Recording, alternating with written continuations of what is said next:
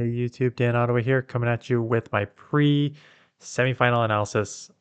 Despite going 0-5 against Tho, I somehow, luckily with the 2 match wins I already had and wins overall, managed to sneak into the semis where I face Jonkus.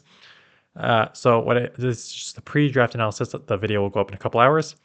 And so I was actually not looking too bad when I did the pre-draft analysis, because here's the pre-draft analysis. My team's on the left-hand side, his team's at the top. And I got a lot of positive records. Like Beedrill was 6-2, uh, A Ninetales was 5-3, Pelipper was 5-3, a couple 4-4s in there. I was looking okay, and I'm like his Cresselia is gonna be up there because it has like some of the best matchups down the board. I expected it to be some combo because his back end was kind of weak to my team. So I expected some combo of the first three, quite honestly, right? So my goal was to team build around beating Cresselia, Diggersby, Umbreon. So A Ninetales has good play all around.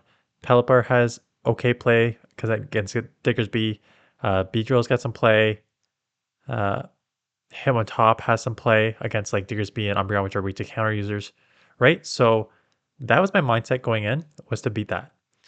And what I'm going to do is show you why he just is much smarter than me. So this is a fun analysis to do. It's good just to do this basic analysis. But what the problem is that PvPoke's analysis is based on the common move set that you should use to maximize your Great League matchups, right? So in general, you're going to use this for energy generation, team comp, and everything like that, right? So it's Psycho Crowd on Cresselia. I'm going to highlight two here: Psycho Crowd on Cresselia and Bubble on Mantine. So Jonkus, being much smarter than I am, I look at this shit. I'm like, okay, he's not gonna bring Mantine because I pretty much win every single one. But what happens when Mantine switches from a bubble to a wing attack? Well, now suddenly I'm in trouble. And here's number two with Mantine with wing attack.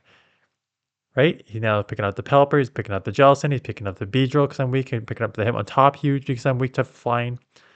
So I'm like, oh, yeah, that caught me off guard in one of the matchups. And he ended up running Confusion on his Cresselia, which also flipped the Ninetales matchup here. So smart on his play to do that. So in the end, all my 6-3s and 5s and 2s suddenly just got kicked down a bunch there. So that was unfortunate. You guys are gonna be surprised at the battles. I know I'm making this sound like I'm just gonna get swept. Watch the battles, because I was sort of like in the zone, I guess. So I'm excited for you guys to watch those battles. Um, this will be obviously a really, really short video because there's not much to analyze. Like I could do this at the beginning, but I know some of you like watching the videos right at 7:30 in the morning. So it's going to just be a super quick analysis. But yeah, I'll do some combination of like A9, Pelipper, Beedrill, Hitmontop, Munchlax. I think we're the five that I played with. Did I play with Shadow Ninetales? No, I definitely played. I definitely brought Kanto as well. In this, because even in like the Cresselia matchup, you're okay. And he did bring the Dene once because I was using like Pelipper as a safe swap, so that was a good answer there. But yeah, stay tuned for the battles. It's really, yeah, stay tuned for battles. That's all I can say. And that's it. So thanks for watching this quick video in the morning here. And hope to see you in the semis. So the semis are set. So for those of you who don't know, the semis are me against Jonkus, that will go live today, and then Tho against Swag, that will go tomorrow. And then the finals will be showcased on the winners, like the two finalist channels. And I think Dax says he's going to do one as well. Oh, well, I'm here because it's only been 4-minute video so far, and give you at least something to come here to. So I was thinking of, I tried talking about this in my other video that did not upload properly. I wanted to do two more. So one, people always said, where's your subscriber tournament? I still need to do that. Maybe I will do that. I've just been really busy with work, and like these weekly turnovers actually make it better for me because I actually have more fun with these weekly turnovers of GBL, but it's actually tougher because you're always like, you got to pump out a bunch of videos quickly, and then you can't like get ahead, because as soon as you get ahead, the league turns over. So it's actually trickier to pump out these videos daily with weekly turnovers. So that's the one thing why I haven't been doing the subscriber tournament. The second tournament I thought about is a lot of people are like really cool. It's like, okay, we all know that Tho and Jonkus, who went undefeated in the round robins, we're going to be the top people. Why isn't Kang in this? Why isn't Rise in this? Why isn't all those other people in this? And it's because they did not want to do the time commitment to do like 8 rounds of drafts and a bunch of battles. They didn't have the time commitment. So what I was thinking would be a really, really fun thing to do in the future is you'd have two captains. And I was just thinking like I'll be one because I thought about this, and then like Dax will be one because he's like one of the biggest who plays GBL, right?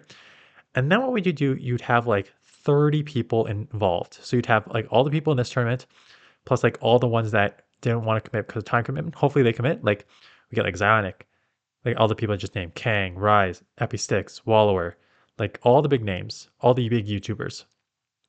And then you have me and Dax as like captains with draft people. So like Dax, like say Jax gets the first pick, he picks whoever. Like Tho. I have the second pick, I'll pick like whoever, Kang.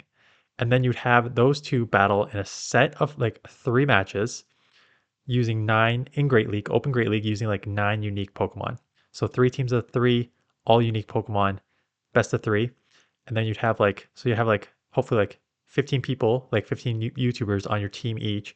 And they all do that. And then like me and Dax can, he lives like 20 minutes for me, get together and maybe like stream or go over or showcase or do some sort of video going over the battles. I think that'd be really fun. That was just one thought I had. But if you guys have any other thoughts about like I mentioned this other video, like what else do you want to see on my channel? Like I think a lot of people had fun watching these videos. I think it was just kind of like see some like cool the YouTubers that you watch go up against each other. I think that was fun. It was fun for me to actually play some of these guys. Like I had played Tho once, uh, but like I hadn't played Purple Kyogre before. I hadn't played Yonkers before. Um, I hadn't played. I still didn't play Swag or Daniel Z because they were in the other groups. But like it was fun to play. So let me know if you have like any other thoughts for either tournaments or stuff that you want to see.